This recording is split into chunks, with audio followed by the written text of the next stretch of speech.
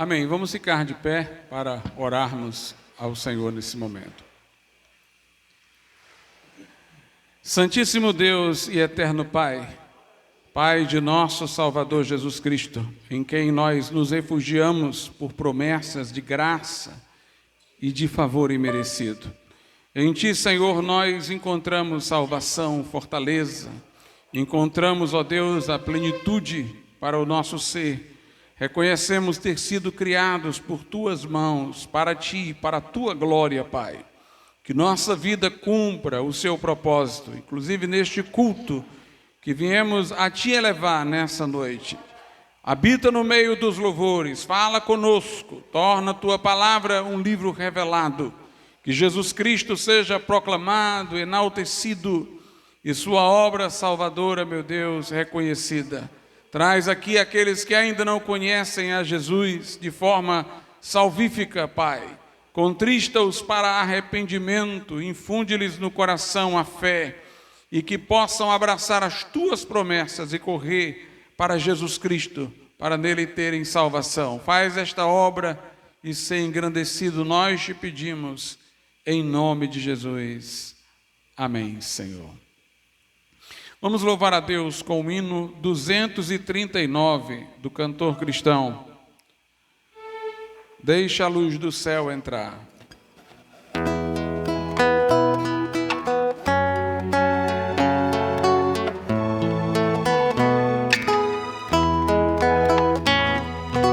Tu anseias hoje mesmo a salvação.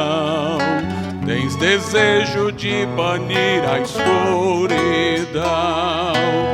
Abre então de par em par teu coração.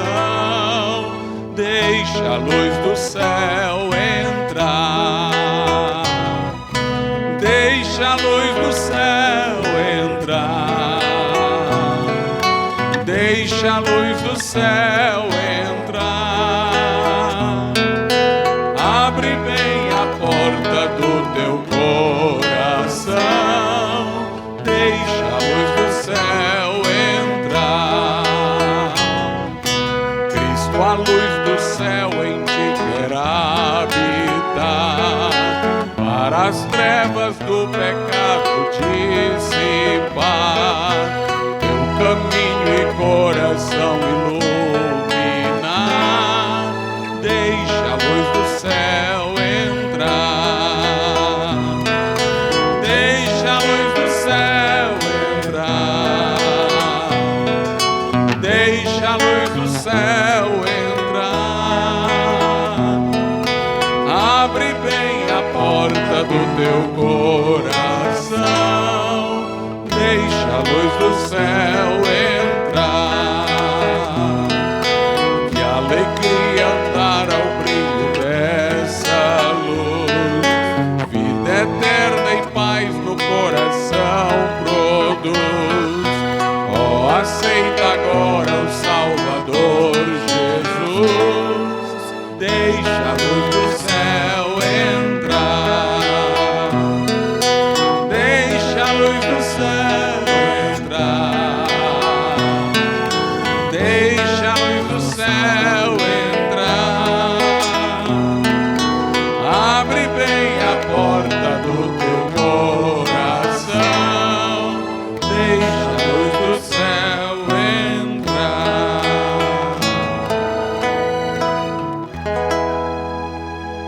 Aleluia. Bendito seja Deus. 266, tal qual estou, eis-me, Senhor.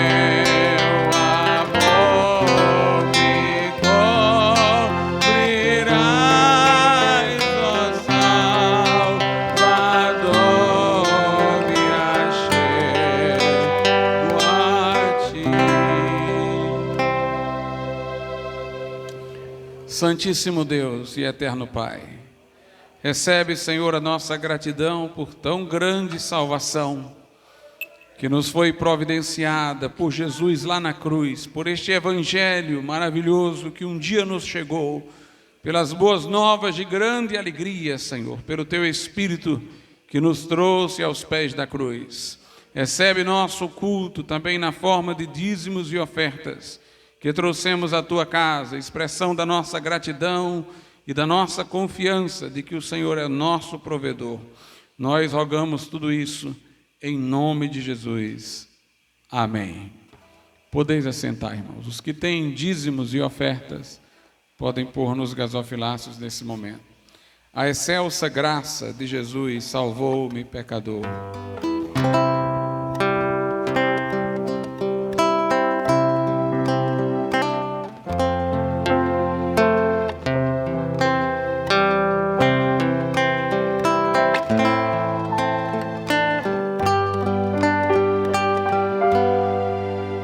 Excelsa graça de Jesus salvou-me, pecador,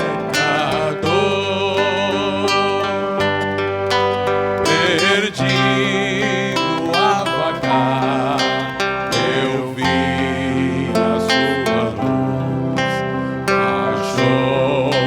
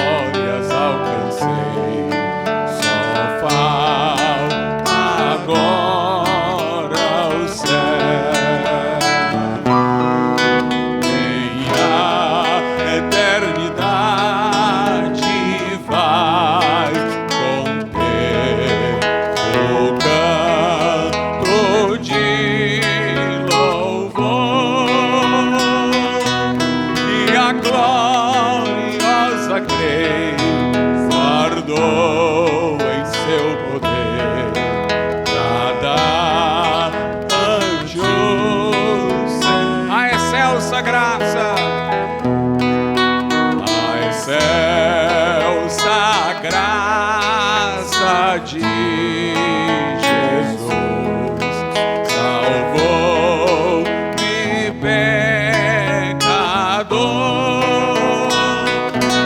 perdido a vagar, eu vi a sua luz, achou-me o Salvador.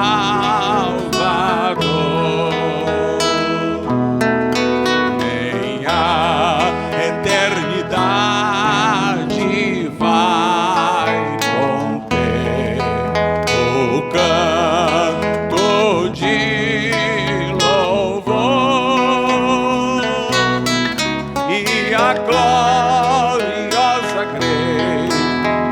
ajudou em seu poder pra dar ante o Senhor.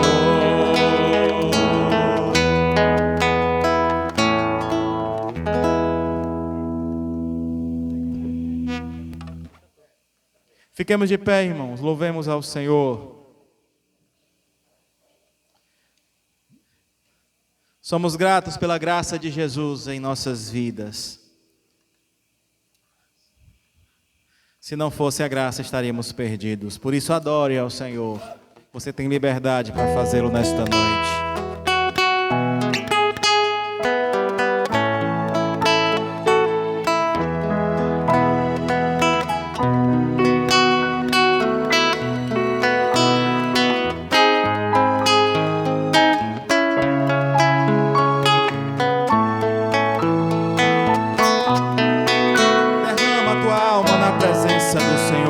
Sim, eu quero te adorar, Jesus. Quero te adorar, ó Deus, e ficar em tua presença. Levantarei mãos santas e te bendirei, meu Cristo, com o coração contrito. Eu quero ver tua majestade. Seja exaltado, ó Deus, glórias ao teu nome, porque te amo, ó Deus, te amo. Do início eu quero te adorar, ó Deus, ficar em tua presença. Levante as mãos e adore. Levantarei sim a ti, Jesus, e te bendirei, meu Cristo, com o coração contrito. Eu quero ver tua majestade. Seja exaltado, ó Deus, glórias ao teu nome, porque te amo, te amo.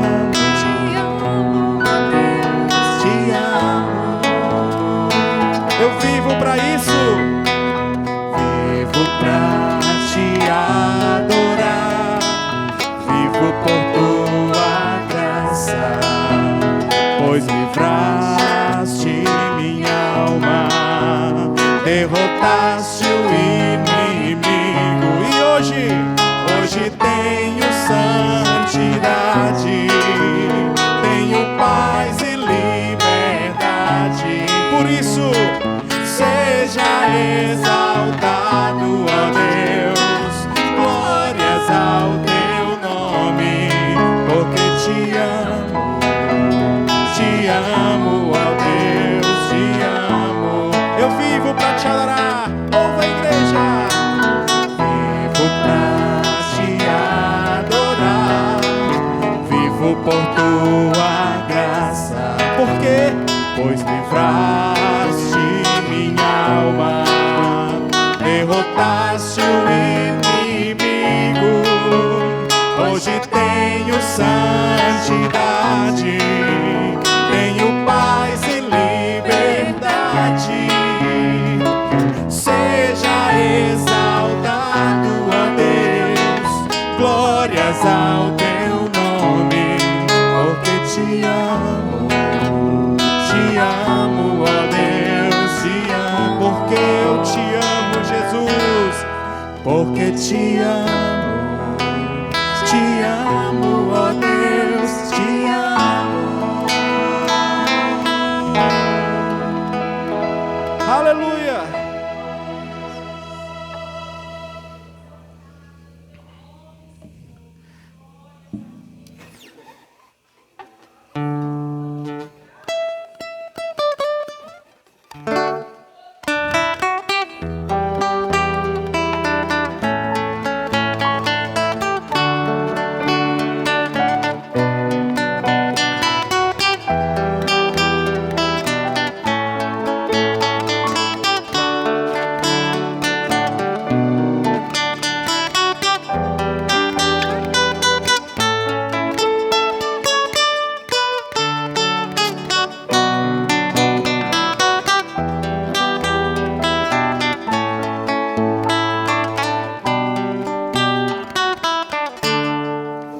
És o meu bem-querer, meu mestre, tudo que tenho e sou.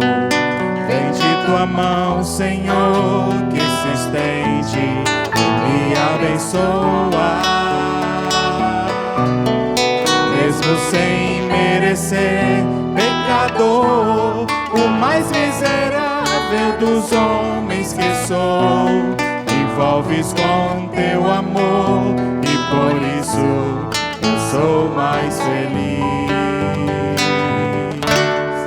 És o meu bem-querer, meu mestre, tudo que tenho e sou. Vem de tua mão, Senhor, que se estende e me abençoa. Mesmo sem merecer, pecador, o mais miserável dos homens que sou, envolves com teu amor e por isso eu sou mais feliz.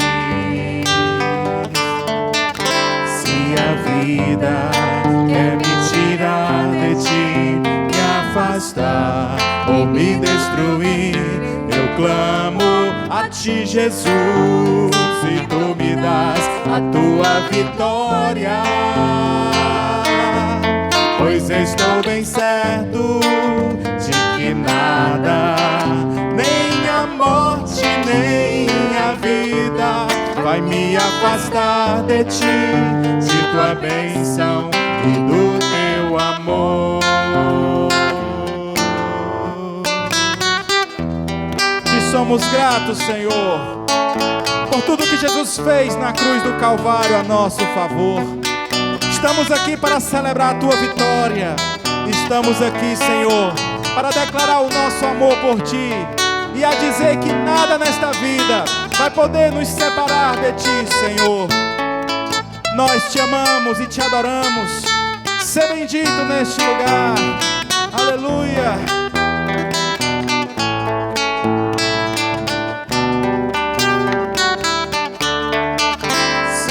Vida quer me tirar de ti, me afastar ou me destruir, eu clamo a ti, Jesus, e tu me das a tua vitória. Pois estou bem certo de que nada, nem a morte, nem a vida, vai me afastar de ti, de tua bênção e do teu amor. És o meu bem-querer, te amo, oh como eu te amo, meu Jesus. Me envolves com teu amor e por isso eu sou mais feliz.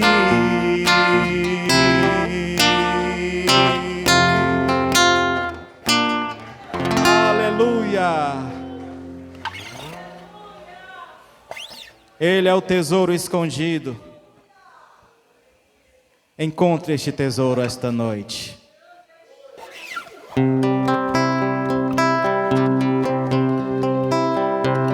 E tem uma história de vida para contar. Uma história de transformação. Uma história de restauração.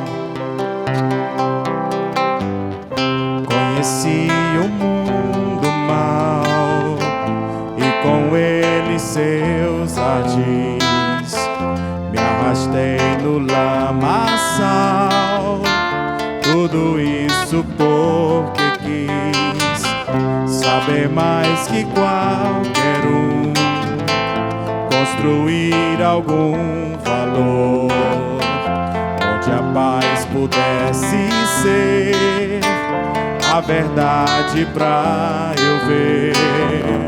Mas Jesus Cristo veio e me achou assim tão sujo, e numa cruz por mim derramou sangue tão puro. Foi assim que me salvou. Eu conheço agora clareza de Jesus. Foi das trevas que eu vim, encontrei-me com a luz. Hoje quero sim saber do meu Mestre Salvador. Quero dar-lhe o meu louvor, eu só nele posso crer. Mas Jesus Cristo veio e me achou assim tão sujo, e numa cruz por mim derramou sangue tão puro. Foi assim que me salvou. hoje eu conheço a glória e a graça. Eu conheço agora sim a clareza de Jesus.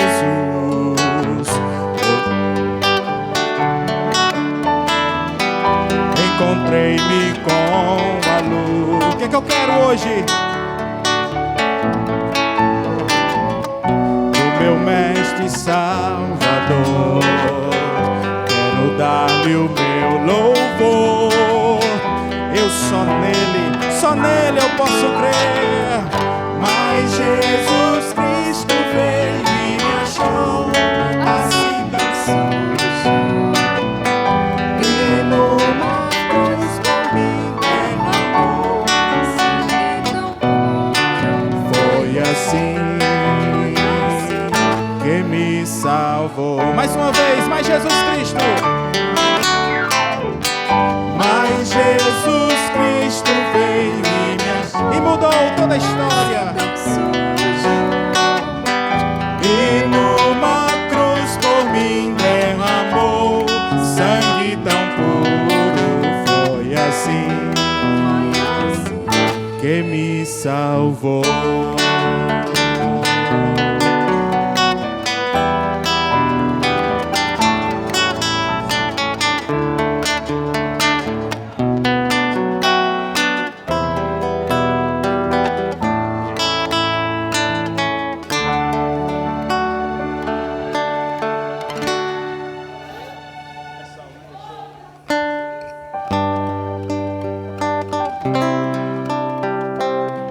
Medite sobre este grande amor. Não foi um Marte, não foi um homem que deu um bom exemplo. Foi o Filho de Deus que se fez carne e deu a sua vida por você. Movido por um grande amor que até hoje não entendemos, só aceitamos. Deixou o esplendor de sua glória, sabendo o destino aqui. Estava só e ferido no Gólgota para dar sua vida por mim. Se isto não for amor, o oceano secou. Não há estrelas no céu,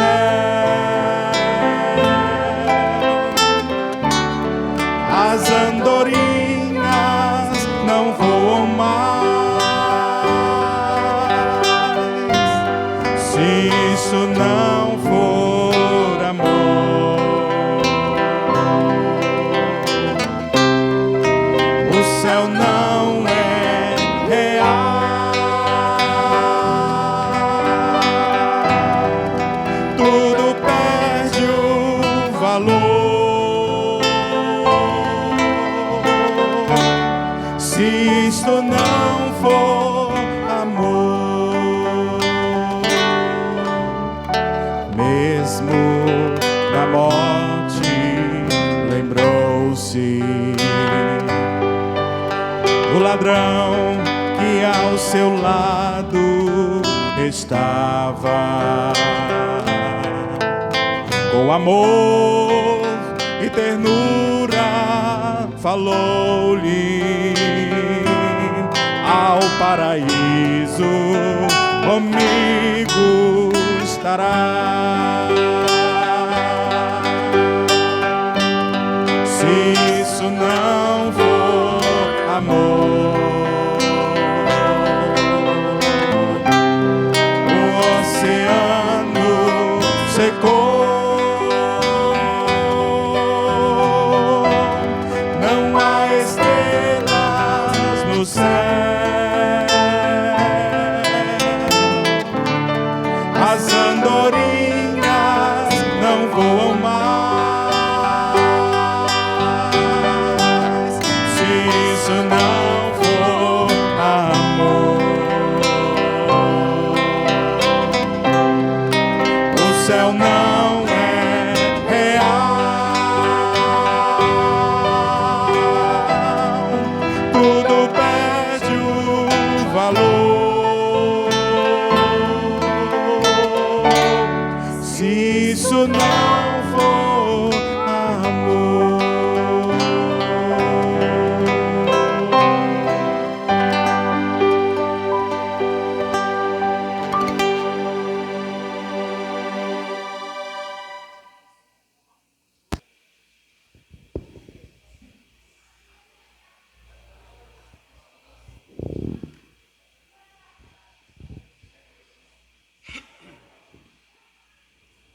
Oremos a Deus.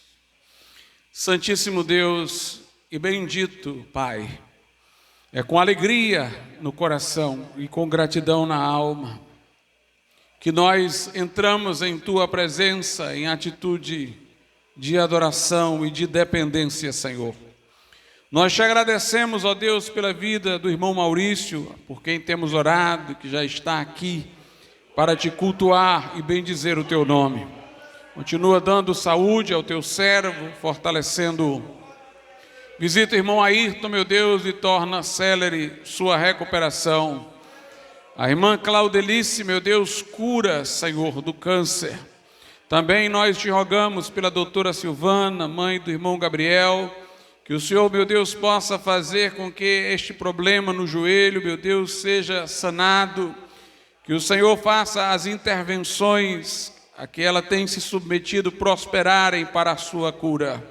Rogo-te, meu Deus, pela vida do pastor Paixão, presidente da Ormesse, ser com o teu servo, dá-lhe força, recuperação à sua esposa, que também teve um acidente, dá vitória, meu Deus, aos teus servos.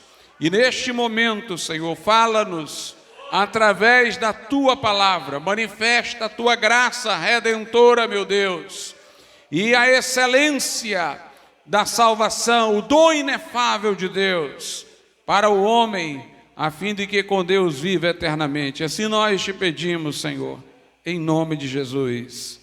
Amém, Senhor Jesus.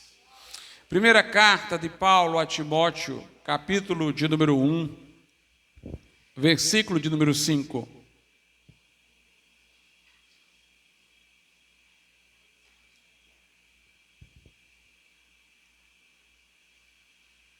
Primeira Timóteo, capítulo 1, versículo de número 5.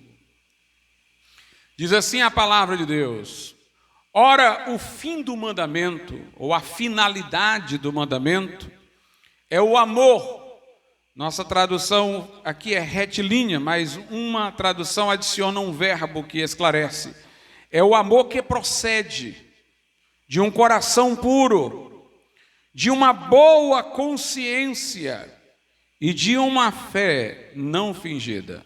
Podeis assentar. Meus irmãos, para o ser humano obter não apenas a reconciliação com Deus, mas para ele se habilitar a morar no céu eternamente com o Senhor, é necessário que dois obstáculos sejam vencidos. O primeiro deles é a culpa. Deus criou o homem reto, diz a Escritura em Eclesiastes, e este depois procurou inovações. Deus fez o homem à sua imagem e semelhança para ter comunhão com ele. Mas nós conhecemos o Gênesis, o primeiro livro da Bíblia, e a história da transgressão e da queda daqueles que foram os patriarcas da humanidade, Adão e Eva. Quando estes pecaram, a terra que lhes estava sujeita foi maldita, porque era o reino do homem que estava sob maldição, porque aquele que deveria, como vice-regente de Deus aqui na terra, conduzir este mundo, transgredira o mandamento que Deus lhe dera. Mas não somente a terra foi maldita, o homem expulso do Éden, do paraíso, mas a natureza humana foi corroída, corrompida. Fisicamente o homem sujeitou-se à mortalidade, envelhecimento, morte, o falecimento dos órgãos. Do ponto de vista espiritual, o homem foi separado de Deus, não mais habitado pelo Espírito de Deus, e portanto perdeu o acesso à presença do Senhor. E sua alma ficou cativa dos desejos, aprisionada ao desejo de autossatisfação, de autogratificação, de autopromoção. O homem ficou encerrado em torno de si mesmo, ou como disse Lutero numa ilustração, ele ficou espiritualmente corcunda, voltado para o seu próprio ego. O seu Deus passou a ser, como diz o apóstolo Paulo, o seu ventre. Alguns buscam esta autossatisfação de um modo instintivo e grosseiro, no que se nivelam aos animais irracionais, dando-se à prostituição, ao adultério, às bebedices, às orgias, à pornografia, à lascívia, à concupiscência carnal, física. Outros, porém, se dão a esta autossatisfação de um modo que para alguns seria mais nobre, mas para a Bíblia seria diabólico.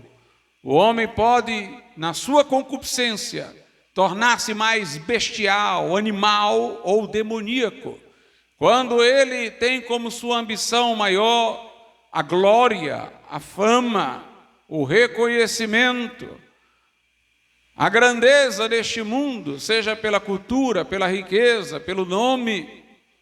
Ele está numa autogratificação que talvez não seja tão escandalosa à sociedade, mas que é tão grave que ele não está descendo ao nível dos brutos nesta hora, mas ao dos demônios, ao de Satanás. E o fato é que a Bíblia diz que com esta natureza caída, o homem tem sido transgressor contínuo. Do impuro não se pode tirar o puro. O homem tornou-se uma fonte inesgotável de pecado. Até quando ele externamente conforma-se à lei de Deus, nisso ele busca autogratificação, se sentir superior ao outro que não se adequou exteriormente à lei, busca reputação, nome, busca compensação para outros atos transgressores que praticou, usa suas obras para a sua própria glória, para barganhar na sua ignorância, favores diante de Deus e diante dos homens. E assim ele anula o ato que exteriormente estaria conforme a lei, mas está maculado por essas motivações que não se libertam deste círculo vicioso, onde o homem está sempre centrado em si mesmo. Não fazem com que o homem esteja à procura de glorificar a Deus. Mas em todas estas coisas, ele está apenas buscando sua gratificação, sua satisfação pessoal. E se aos olhos dos homens, alguns não são lá tão transgressores, porque não são um perigo para a sociedade, para a ordem cívica, para Deus, que conhece os corações, todos pecaram e destituídos estão da glória de Deus, e não há um justo, nem um sequer. E o pecado traz culpa, porque há uma lei. A lei faz com que para o pecado corresponda punição, justiça punitiva.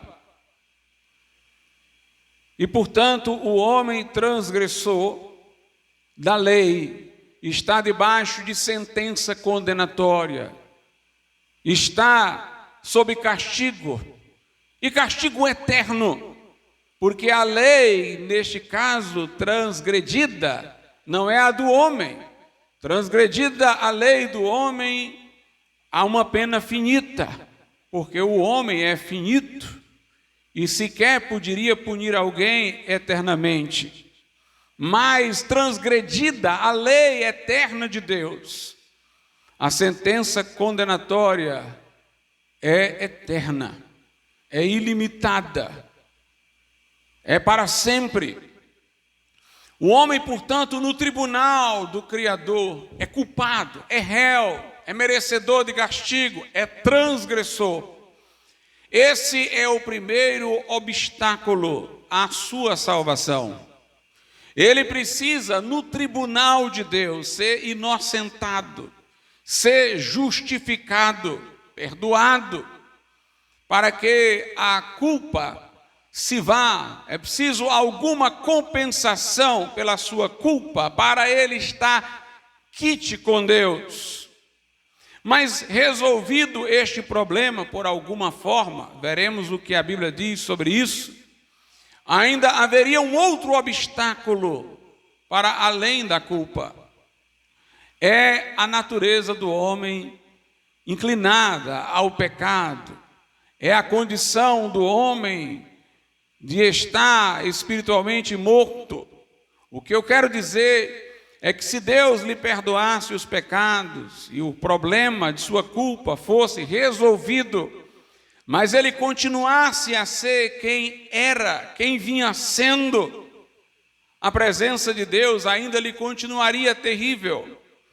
Ele não se assombraria mais com o juiz que lhe vem punir, mas ele se incomodaria com a santidade de Deus, como a luz muito forte incomoda aos olhos de alguém que habita na escuridão. De maneira que se Deus, nesta condição em que ele está, o introduzisse no céu, o céu não lhe seria um lugar de conforto, de consolo. Sua natureza não estaria adequada àquele ambiente, sua natureza seria carnal, seria pecaminosa, e ele estaria num ambiente santo e perfeito. Ele estaria fora de sintonia. Portanto, para além do problema da culpa, o homem precisaria ter de Deus um novo coração. Precisaria nascer de novo. Foi o que Jesus disse a Nicodemos: aquele que não nascer de novo não pode ver o reino de Deus. De que adiantaria levar para uma paisagem belíssima um cego? De que adiantaria apresentar uma belíssima música a um surdo? De que adiantaria ter um alimento apetitoso para alguém que não tem o paladar, que perdeu o paladar? Portanto, uma mudança tinha que ocorrer na natureza do homem para torná-lo adequado ao céu. Quando Jesus disse necessário vos é nascer de novo, ele estava falando da condição não forense, não judicial, para entrar no céu, mas na condição natural. O peixe, para viver fora d'água, tem que se transformar noutra coisa. Numa ave, por exemplo, uma ave que vive nas alturas, para viver debaixo d'água só se fosse transformada num peixe. Necessário vos é, diz a Bíblia, nascer de novo. Então, os dois remédios para o nosso problema são o que a Bíblia chama de justificação e regeneração. Precisamos ser justificados no tribunal de Deus, inocentados das acusações, perdoados, ter a nossa dívida quitada, nossa culpa compensada, para que já não paire mais sobre nós a sentença condenatória. E precisamos também ter um novo coração, para nós termos os sentidos espirituais que possam perceber as maravilhas de uma vida espiritual celeste, para que possamos ter a presença de Deus como algo que nos seja familiar. Duas coisas, portanto, são necessárias: justificação e regeneração, ou um novo nascimento. A Bíblia Sagrada diz que os homens caídos inventam suas religiões para tentar serem aceitos na presença de Deus por meio de suas obras. Toda religião humana faz do homem o seu próprio salvador. Podem imaginar que uma divindade lhe deu um impulso, uma ajuda, um suporte, um auxílio, mas ele tem que fazer por merecer a sua própria salvação.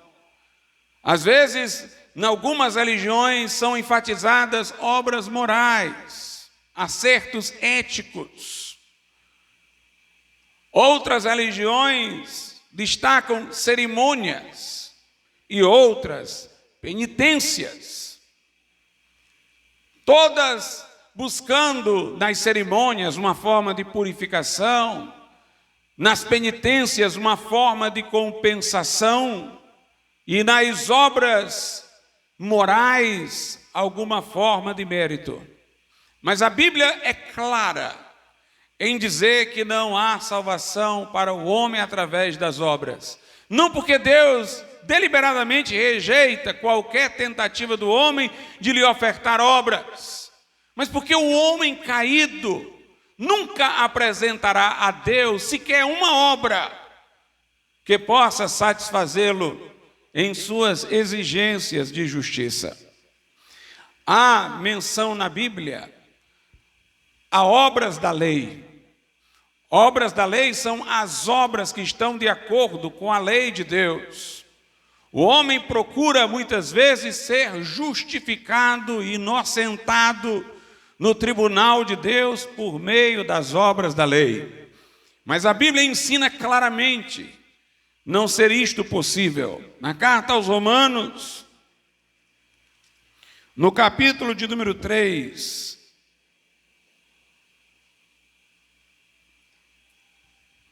versos 19 e 20, a Bíblia diz assim: ora, nós sabemos que tudo o que a lei diz, aos que estão debaixo da lei o diz, para que toda boca esteja fechada e todo mundo seja condenável diante de Deus.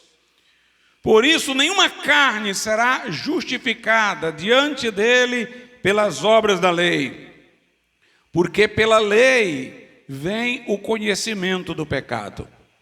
Eu quero aqui fazer duas observações preliminares que nos ajudarão a afastar erros teológicos. Justificação na linguagem da Bíblia não é ser tornado justo, o que seria uma possibilidade no uso gramatical da palavra. Para a Igreja Católica Romana, esse termo justificação significa ser tornado justo, efetivamente. O leitor católico da Bíblia, quando ouve Paulo falar que a justificação é pela fé, ele entende que a fé dá início a um processo pelo qual o homem poderá se tornar efetivamente justo. Mas se a fé é o ponto de partida na visão do católico, ela não é o ponto de chegada. O católico, depois de crer, ele tem que cumular obras, fazer obras, até que suas obras sejam aquelas que Deus requer. Ele confunde o que nós chamamos de processo de santificação com justificação. Para ele ser justificado é ser tornado justo, e a fé é o ponto de partida. O homem é justificado pela fé no sentido de que pela fé ele é introduzido neste processo. Mas ele tem que ir mudando, ele só vai entrar no céu quando ele for perfeitamente justo. Se ele morrer sem essa condição e não tiver obtido perdão no confessionário, em todas as outras coisas, ele vai ainda atravessar o purgatório, que é o que acontecerá na visão católico-romana com todos os católicos, exceto com os santos. Eles hão de, no purgatório, pelo sofrimento, fazer compensação pela culpa até chegar o momento que eles estejam perfeitos, mas eles entrarão pela sua própria condição de retidão pessoal, pelas obras. A fé seria o ponto de partida, mas a ela tem que se acrescentar as obras. No entanto, na Bíblia, justificação não é ser tornado justo, não é tornar-se justo. Justificação na Bíblia é um termo forense, um termo judicial, um termo de processo, de julgamento, de tribunal. Justificação na Bíblia tem a ver com aquele ato do juiz pelo qual ele absolve o acusado. Justificação não é, na Bíblia, se tornar justo, mas ser declarado justo. Ser justificado em relação às acusações feitas. A carta de Paulo, onde ele mais trata deste assunto da justificação, é a carta aos Romanos. É sabido que os romanos nos legaram o direito, um povo extremamente organizado, com uma grande capacidade administrativa e um evoluído direito, uma evoluída justiça em matéria de julgamentos e condenações. Fica claro para nós que Paulo usa o termo justificação no sentido que venho dizendo, numa linguagem forense, quando nós lemos lá em Romanos, no capítulo de número 8, o que está nos versículos de número 33 e 34, diz assim: quem tentará acusação contra os escolhidos de Deus? É Deus quem os justifica. Quem é que condena? Note o triângulo aqui: acusação, justificação e condenação. É a linguagem judicial. Quem vai acusar um escolhido de Deus? Se Deus já o justificou, já o declarou absolvido, quem é que vai condená-lo? Justificação não está em oposição a tornar-se injusto, está em oposição à condenação. Ou você é justificado ou condenado, portanto, ou você é absolvido, inocentado das acusações, ou você é condenado. Precisamos, portanto, de algo pelo que sejamos absolvidos do tribunal de Deus. E isso que precisamos não poderá ser as nossas obras, porque nós acabamos de ler que pelas obras da lei nenhuma carne será justificada diante de Deus, e que a lei só dá o diagnóstico do pecado, ela não melhora o homem, ela mostra o homem em sua condição falida, ela é o espelho onde vemos as nossas maldades. Há, porém, uma outra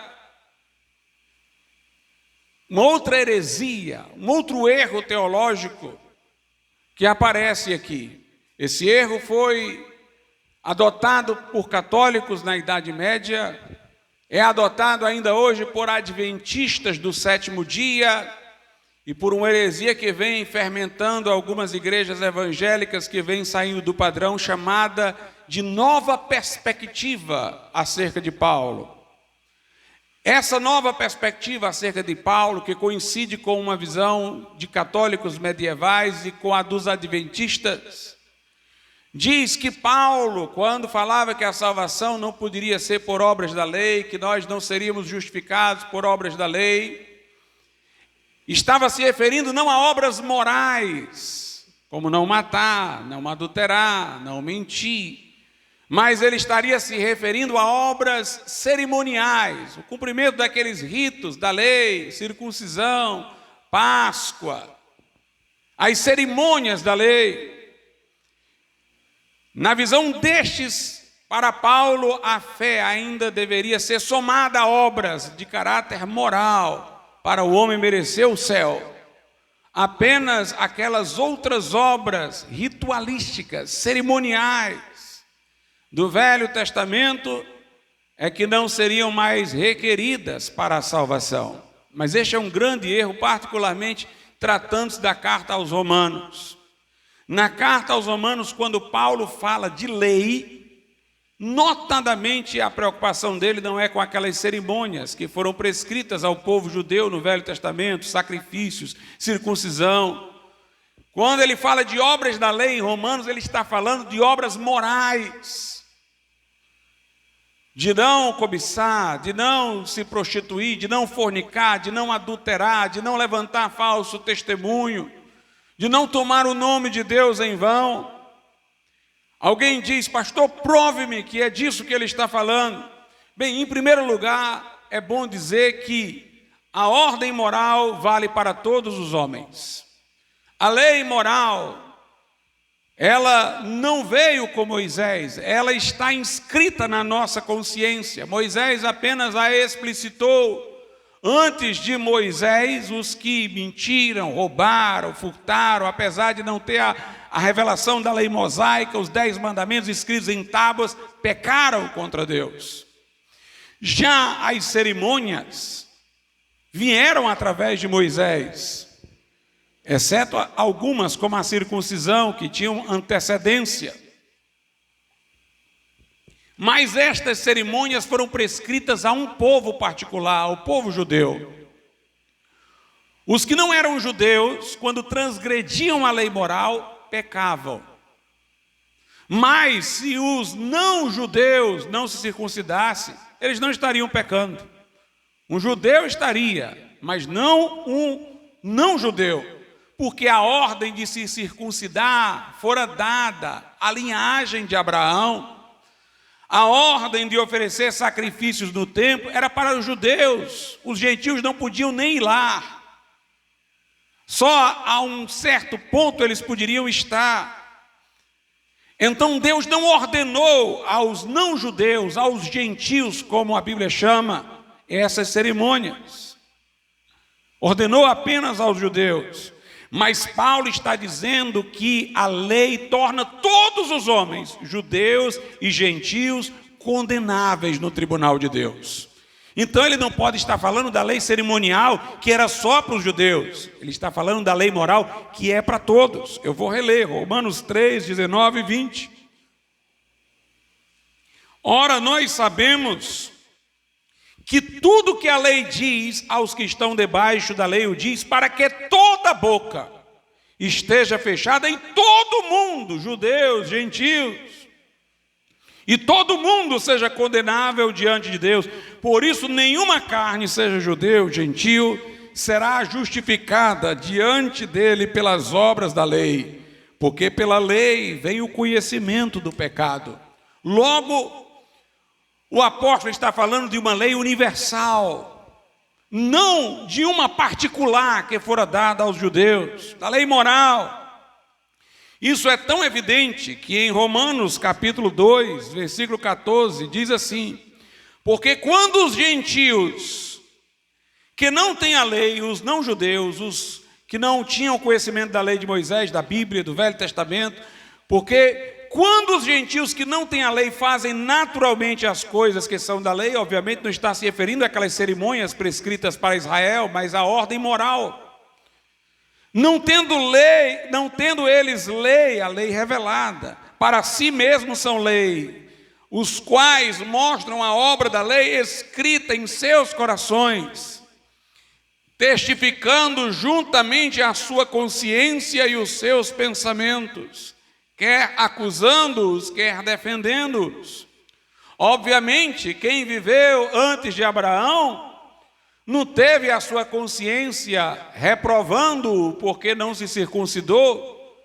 Quem viveu antes de Moisés não teve peso na consciência porque não cumpriu ritos no tabernáculo, no templo. Essas normas cerimoniais que Deus estabeleceu especificamente para o povo judeu, elas só poderiam ser conhecidas por revelação. Nossa consciência não as reconhece de si mesmas. Mas a nossa consciência reconhece que furtar é errado, que matar é errado, que cobiçar é errado. Paulo diz, os não-judeus que não conheceram a lei de Moisés, mostram que sabem a lei quando exteriormente, pelo menos, se conformam com ela. Porque eles têm-na inscrita em seus corações. E suas consciências dão testemunho dela. Portanto, Paulo está falando da lei moral mesmo. Em Romanos 7:7, Paulo diz, eu não conheceria o pecado se a lei não me dissesse, não cobiçarás. Não cobiçarás é o 10º mandamento do decálogo, dos 10 mandamentos, não é um rito cerimonial. É um mandamento moral, e Paulo diz que conheceu que ele era um pecador, quando ele tentou viver à altura deste mandamento que dizia, não cobiçarás, e ele fracassou, e ele viu-se cobiçando em vários momentos.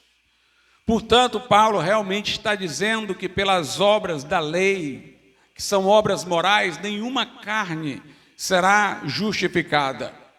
Talvez aos Gálatas haja uma coisa a mais, porque foram à Galácia judeus que se diziam cristãos, mas eram falsos cristãos, dizendo àqueles irmãos que além de eles terem fé em Jesus para serem salvos, eles precisariam se circuncidar. Aí na Galácia realmente houve esse problema.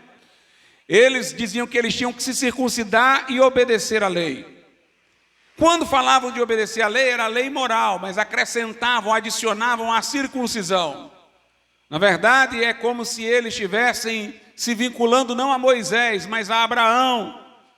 Se o cristão é filho de Abraão por fé, e Abraão se circuncidou, ele tem que se circuncidar e guardar a lei moral. Não estavam nem querendo que os gentios, os da Galácia, guardassem toda a lei de Moisés, mas a circuncisão,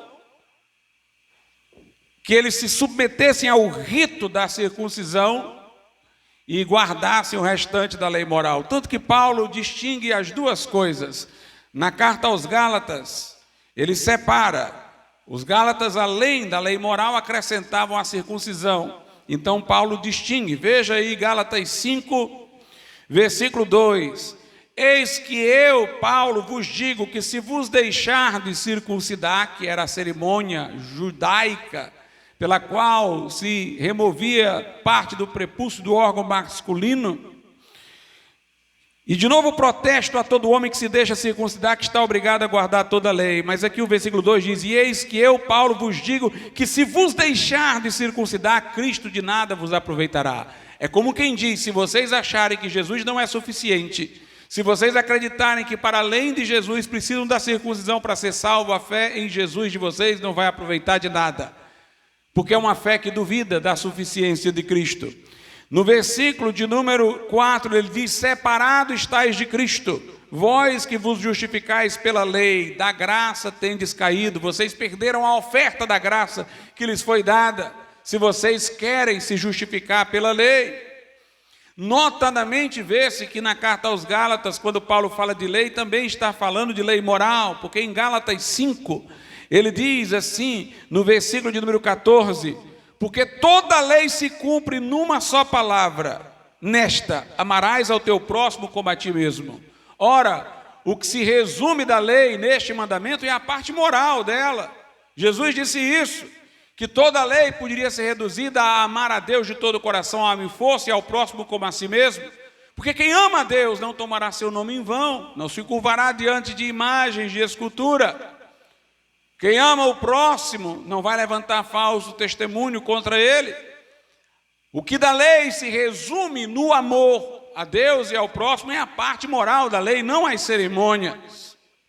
E aqui também na carta aos Gálatas é dito que não há justificação por obras da lei. Gálatas 2, versículo de número 16. Sabendo que o homem não é justificado, ele não quita a sua dívida com Deus pelas obras da lei, mas pela fé em Jesus Cristo. Temos também crido em Cristo Jesus para sermos justificados pela fé em Cristo, e não pelas obras da lei, porquanto pelas obras da lei nenhuma carne será justificada. A Bíblia é clara em dizer que somos justificados diante de Deus pela fé em Jesus, no que Ele fez na cruz por nós, e não em nossas obras. Lá em Romanos, no capítulo de número 3, versículo 28, a Bíblia diz: concluímos, pois, que o homem é justificado pela fé sem as obras da lei. Por outro lado, como essas obras da lei são feitas por homens na tentativa de eles merecerem ser justificados diante de Deus, essas obras da lei são chamadas também de obras de justiça. Mas elas não alcançam o padrão de Deus. Em Tito 3, verso 5, Paulo diz: não por obras de justiça que nós houvéssemos feito, mas segundo a sua misericórdia, Ele nos salvou pelo lavar da regeneração e renovação pelo Espírito Santo. Em Isaías, no capítulo de número 64, verso 6, mas todos nós somos como o imundo, e todas as nossas justiças são as obras que a gente pretende que mereçam justificação. São como o trapo da imundícia, e todos nós murchamos como a folha, e as nossas iniquidades como um vento nos arrebatam. Então, elas são chamadas de obras da lei porque o homem tenta buscar aceitação diante de Deus por aquelas circunstâncias em que exteriormente, não no coração e nas motivações, mas exteriormente ele se ajustou a preceitos da lei de Deus. São chamadas de obras de justiça porque com elas os homens tentam merecer a justificação, mas elas são chamadas também de obras mortas, porque elas não valem nada diante de Deus. Como disse o profeta, são como trapos da imundície. São obras mortas. Se o homem está espiritualmente morto antes de se arrepender e crer no Evangelho, suas obras só poderão ser mortas. Quando nós nos arrependemos dos nossos pecados para nos voltarmos para Cristo, não nos arrependemos só daquelas ações notadamente transgressoras, quando mentimos, roubamos, furtamos, nos arrependemos até daquilo que fizemos de bom na medida em que apresentamos a Deus como se fosse o padrão de Deus.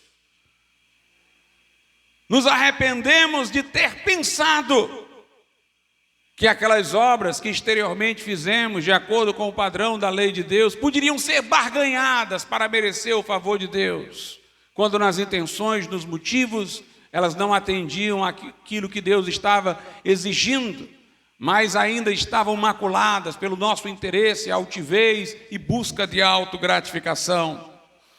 Lá em Hebreus, a Bíblia fala dessas obras como sendo obras mortas, todas as obras.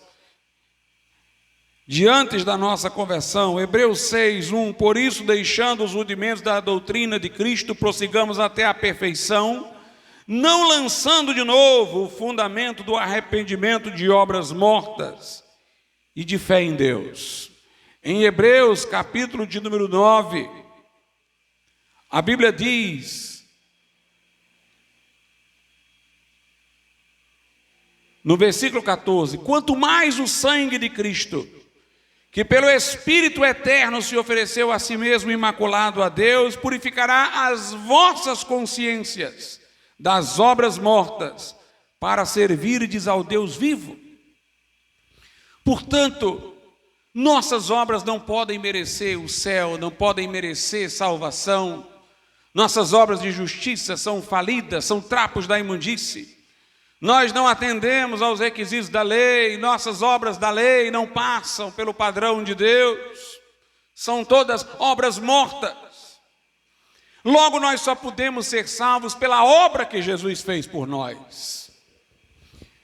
Para que a culpa fosse removida, Jesus teve que se fazer homem, o Verbo teve que se fazer carne e habitar entre nós, o Filho de Deus teve que assumir humanidade. Enquanto o homem ele foi perfeito, o Pai disse por ocasião do seu batismo no Rio Jordão pelas mãos de João Batista: este é meu Filho amado em quem me comprazo. Até Pilatos reconheceu, disse: não vejo neste homem crime algum. Judas Iscariotes disse: pequei contra sangue inocente. Pedro disse na sua boca: nunca se achou engano. Jesus dizia aos que o cercavam: quem dentre vós me convence de pecado? Ele foi o Cordeiro imaculado e sem mancha, mas ele tomou sobre si os pecados de todos nós. Ele assumiu a nossa posição, tendo se feito homem, pôde nos representar a todos, e sendo Deus, pôde dar valor infinito ao seu sacrifício por nós, tornar o seu sacrifício uma fonte inesgotável de perdão e de salvação para os que creem, de modo que a Bíblia diz que o sangue de Jesus purifica de todo pecado. Naquela cruz ele morreu justo pelos injustos para levar-nos a Deus, tornou-se o Cordeiro de Deus que tira o pecado do mundo, levou sobre si as nossas transgressões e fez um sacrifício perfeito e completo, que, como diz Paulo aos Colossenses, quitou a nossa dívida, rasgou o escrito da dívida. O seu sangue fez compensação pela nossa culpa. Quando nós nos arrependemos dos nossos pecados e confiamos em Jesus Cristo como nosso Salvador pessoal, então, pelo sangue de Cristo, somos lavados de toda mancha. Assim como os nossos pecados foram creditados a Jesus lá na cruz, a vida reta de Jesus é atribuída a nós como se a tivéssemos vivido. Somos declarados justos no tribunal de Deus, não porque somos justos, mas pela justiça de sua vida reta, da vida reta de Jesus. Sua retidão é atribuída a nós como se nossa fosse, como os nossos pecados foram atribuídos a Ele na cruz, como se Ele os tivesse praticado. E a Bíblia diz: nenhuma condenação há agora para os que estão em Cristo Jesus. Romanos 5:1 diz: justificados, pois, pela fé, temos paz com Deus, por nosso Senhor Jesus Cristo. Mas a maravilha é que na mesma hora que somos justificados, também somos regenerados. As duas bênçãos acontecem na mesma hora. São remédios para problemas diferentes, mas vêm em conjunto. É uma cura dupla. No momento em que os meus pecados são perdoados, a minha culpa é removida e o juiz no seu tribunal bate o martelo e me inocenta, a vida do Cristo ressurreto me é comunicada. E eu recebo a vida de Jesus dentro do meu coração, para não andar mais segundo a carne, mas segundo o Espírito. Recebo um novo coração, nasço de novo, não da carne nem do sangue, mas de Deus. João 1, 12, 13. Jesus veio para o que era seu, os seus não receberam, mas a todos quanto receberam, a saber, os que creem no seu nome, Deus lhes deu o poder de serem feitos filhos de Deus. Deus deu-lhes o poder de serem feitos filhos de Deus, os quais não nasceram da carne, nem do sangue, nem da vontade da carne, nem da vontade do varão, mas de Deus. Deus tira o coração de pedra e dá um coração de carne, dá um novo coração, e o Espírito Santo passa a habitar nesse novo coração, para que andemos em novidade de vida. para que não vivamos mais subjugados pelo pecado. A graça que perdoa levanta. Por isso a Bíblia diz: o pecado não terá domínio sobre vós, porque estáis debaixo da graça e não da lei. Um novo nascimento.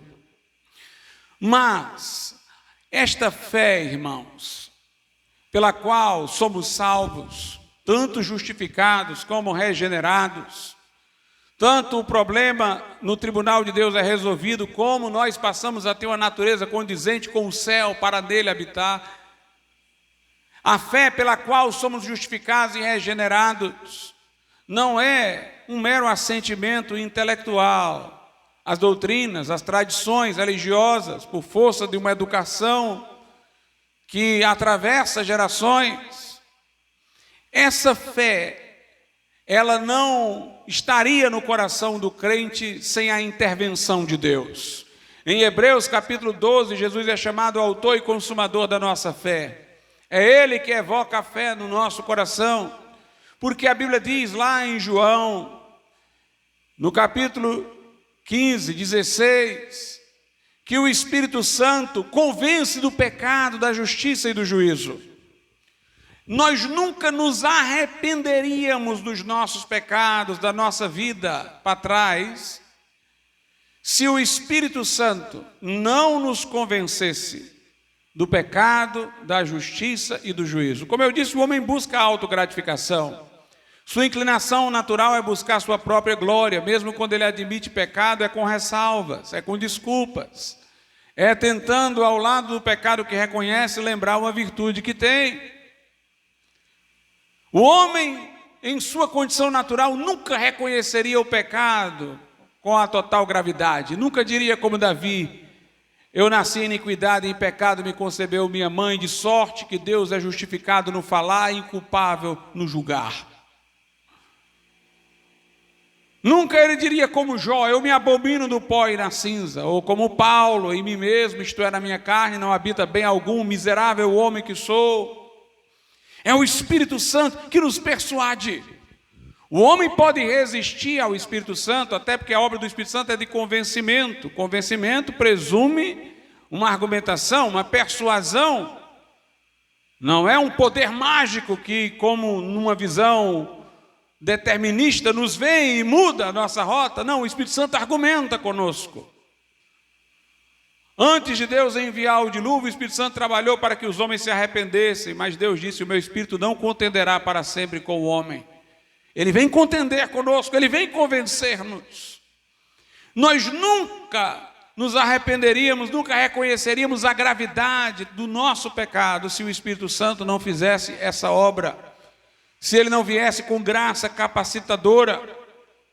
Quando pregamos o Evangelho, o Espírito Santo toma esta palavra como uma espada, e ele começa a ferir o coração resistente, para que se quebre.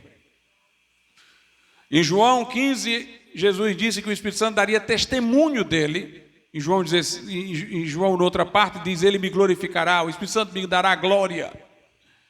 Se o Espírito Santo não desse testemunho de Jesus, nós nunca confiaríamos em Jesus como nosso Salvador. Não da forma como a Bíblia fala. Nós não teríamos essa confiança integral, esse descanso da alma. Haveria sempre uma parte atribulada, uma dúvida sobre quem Jesus foi historicamente, de fato, mas é o Espírito Santo que dá testemunho de Jesus. Nós não cremos num personagem histórico de 2000 anos atrás, nós cremos num Jesus que o Espírito Santo está apresentando a nós agora. Ele testifica de Cristo agora, Ele o apresenta, para que venhamos a pôr a fé nele.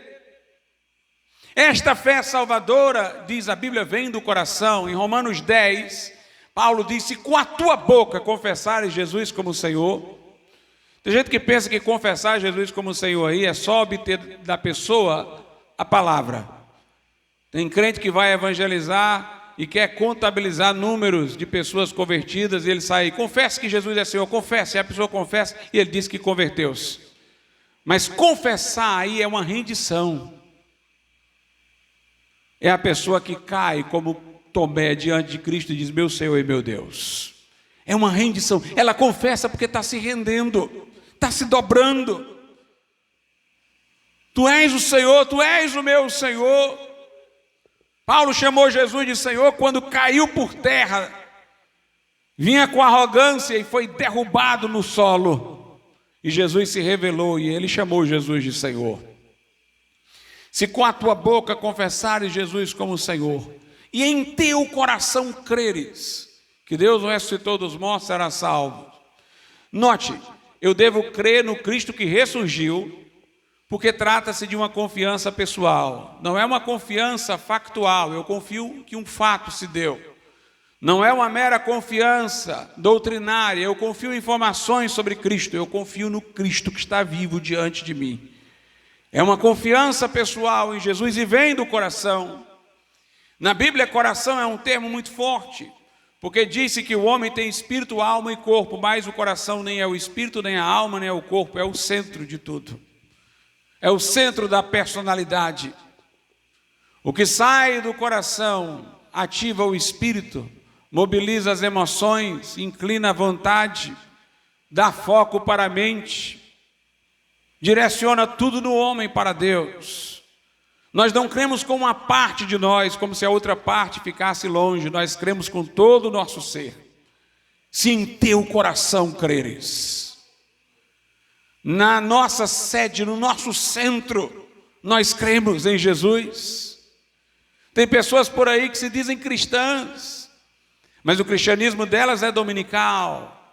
Elas não levam em conta qual é a vontade de Jesus para a vida delas, elas não buscam saber a vontade de Deus para as suas vidas.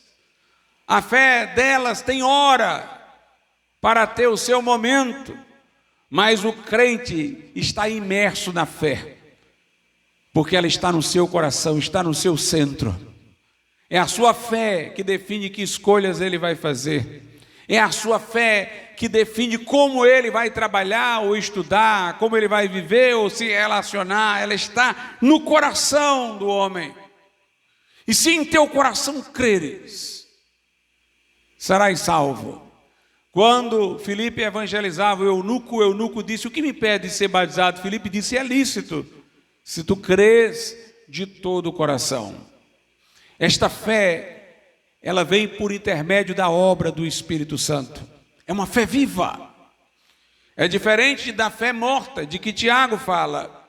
Tiago fala de uma fé morta, nominal, só da boca para fora. Tanto que ele diz, Tiago 2,14, meus irmãos, que aproveita se alguém disser que tem fé e não tiver obras, porventura a fé pode salvá-lo? Alguém diz, pastor, isso nega o que você falou de que a salvação é só pela fé? Não.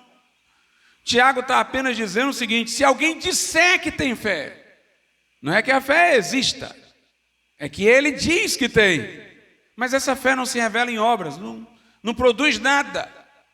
Será que esta fé meramente dita, só da boca, pode salvá-lo?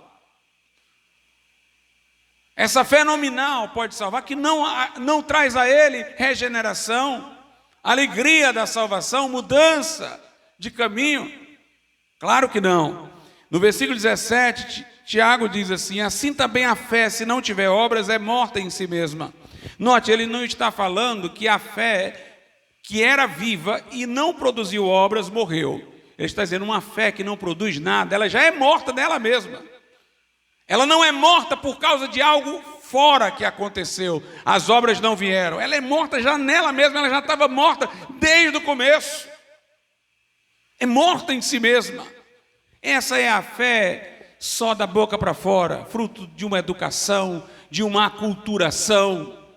Mas a fé salvífica que brota do coração, que está no centro do homem, que leva o homem a se render a Jesus, a fé que é acompanhada de arrependimento, a fé salvífica, o homem a tem porque o Espírito Santo convenceu-o da sua miséria, ele mostrou Cristo e ele abraçou Cristo e suas promessas e lhe confiou a vida.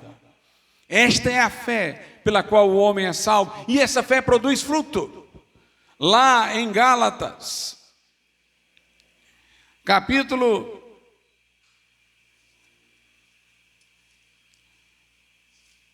de número 5, a Bíblia diz a seguinte, Gálatas 5, versículo de número 6, porque em Jesus Cristo nem a circuncisão, nem a incircuncisão tem valor algum. Gálatas 5 e 6, mas sim a fé que opera pelo amor. A fé salvadora é viva, opera pelo amor. Ela vincula o crente a Jesus, ele passa a amar a Jesus. Ela é ativa, ela é viva, através do amor, da devoção do coração a Cristo.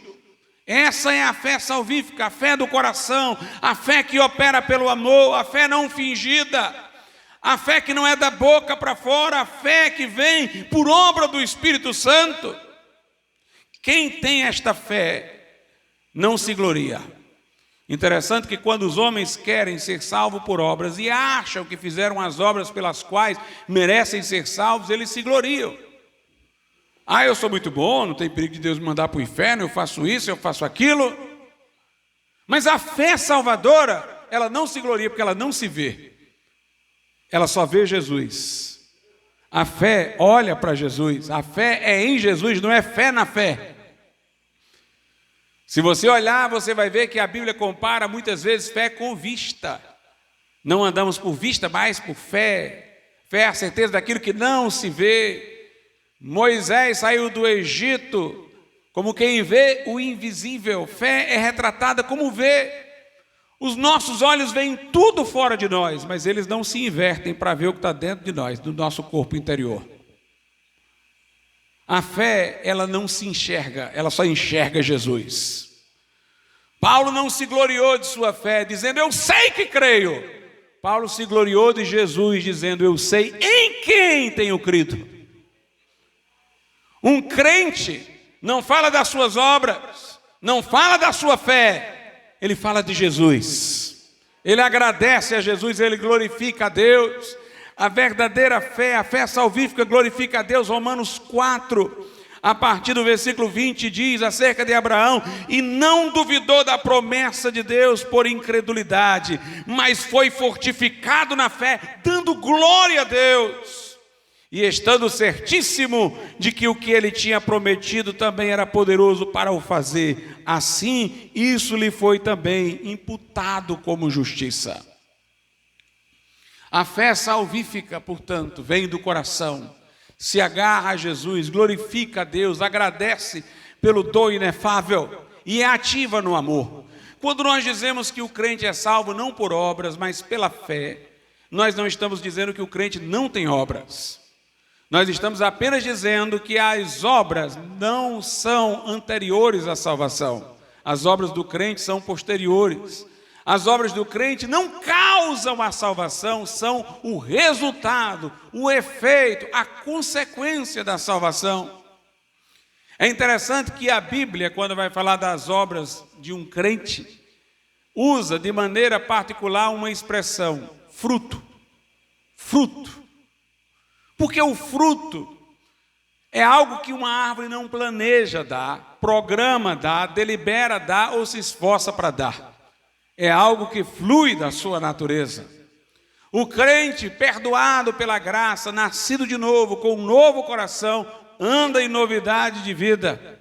Isso sai dele, porque o Espírito Santo está no seu coração. É fruto. Lá na carta aos Filipenses, a Bíblia diz assim, no capítulo de número 1, versículo 11, cheios dos frutos de justiça. Nós não conseguimos apresentar a Deus obras de justiça para merecer a justificação, mas nós temos agora frutos de justiça, resultados da justiça. Obtivemos a justiça de Deus pela graça, através da fé em Jesus. E o resultado da justiça são os frutos, nova vida, cheio dos frutos de justiça que são por Jesus Cristo. Nós não estaríamos produzindo esse fruto sem Jesus em nós. E são para a glória e louvor de Deus. E não para a gente bater no peito e dizer que com eles merecemos o favor divino. Eles são expressão de gratidão a Deus que nos salvou. Frutos. Lá em Gálatas, no capítulo de número 5, versículo de número 22, a Bíblia diz, mas o fruto do Espírito, ou seja, o fruto do Espírito Santo está em nossas vidas, é amor, gozo, paz, longanimidade, que é paciência, benignidade, bondade, fidelidade, mansidão, temperança ou domínio próprio. Esse é o resultado da vida transformada. O Espírito Santo agora está produzindo isso em nossa vida, em nossa existência. Com tudo isso, nós podemos voltar para o texto que serviu de base para essa pregação. Os irmãos vão entendê-lo agora mais do que nunca. 1 Timóteo 1, versículo 5. Diz: a finalidade do mandamento, a finalidade do evangelho, de tudo, é o amor, que é o fruto do Espírito, que é o amor a Deus e ao próximo, que gera nossa vida diferente. O fim do mandamento é o amor, que procede de um coração puro, ou seja, regenerado, e de uma boa consciência que não está mais atribulada pela culpa, porque houve a justificação, e de uma fé não fingida.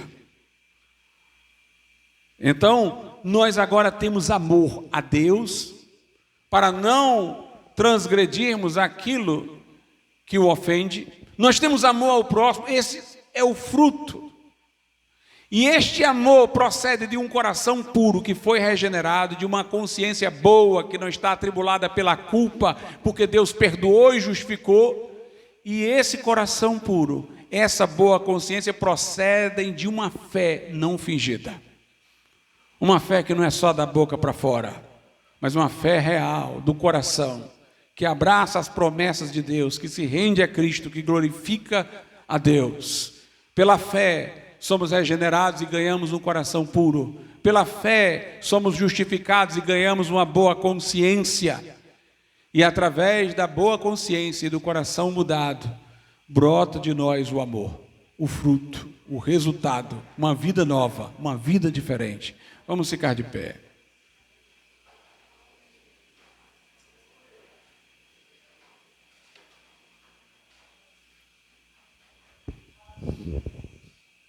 Soberano Deus e nosso Pai, nós te louvamos e te agradecemos, Senhor, por termos conhecimento dessas coisas, por termos a instrução da Tua palavra, Senhor, para sabermos o que o Senhor reserva para nós em Sua graça e misericórdia, em Seu santo Evangelho, nas boas notícias, a partir daquilo que Jesus fez por nós.